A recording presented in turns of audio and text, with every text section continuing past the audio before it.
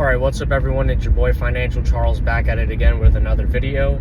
Today I wanted to make a video highlighting Bitcoin versus S&P 500 and why you should really just forget about the S&P 500 as a long-term investment in favor of Bitcoin. Now, when you say that out loud, a lot of the people that come from the traditional finance space, they're going to think that is just degen maxi. They think that that's gambling and that's unsound investing.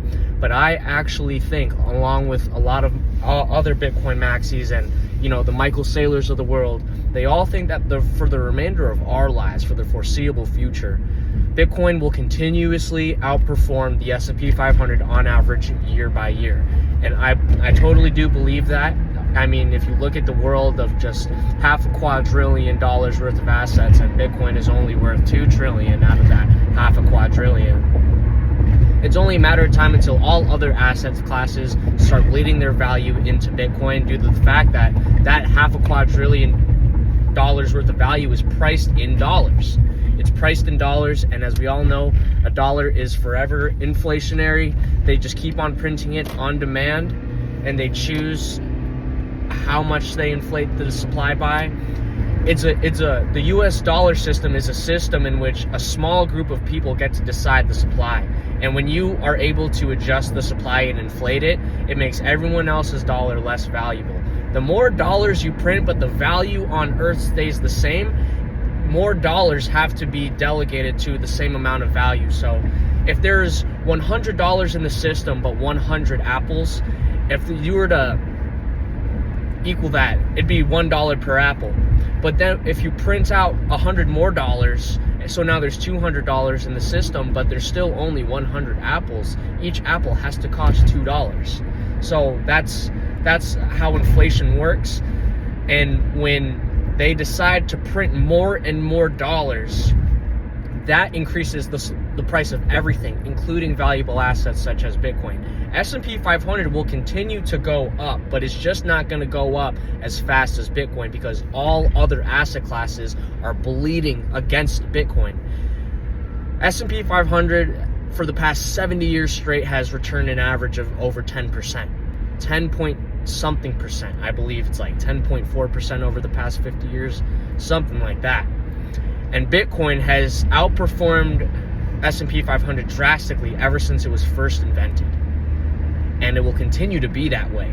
The only time that the S&P 500 will outperform Bitcoin over a long period of time is when all 500 companies in the S&P 500 operate on a Bitcoin standard. Right now, all these companies are operating on a US dollar standard.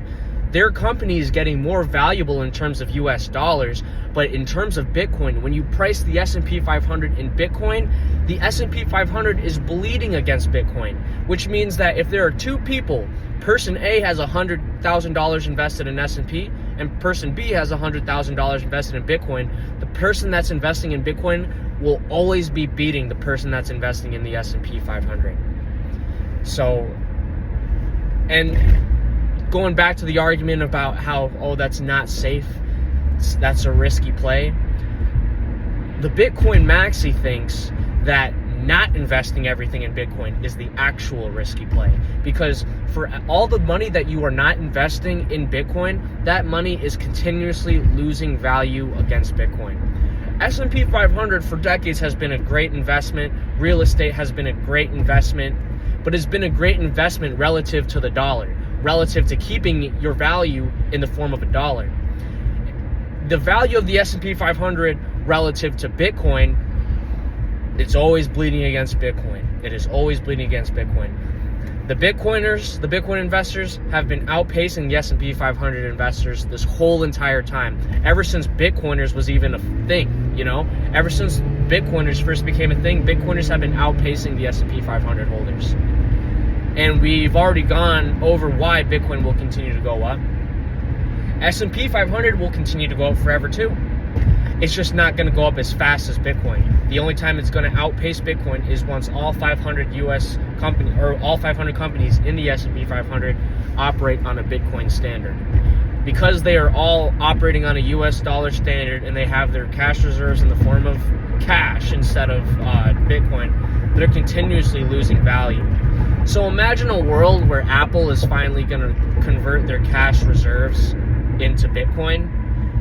That's game over. The supply is going to dry up. The supply is going to keep on drying up. So, yeah, that's just what I think. Sorry, this light just turned red right as I crossed it, so I'm just focusing on the road right now. But I mean, that's pretty much all I wanted to say in this video. Like, there's not really much else to talk about in terms of the conversation of S&P 500 versus Bitcoin.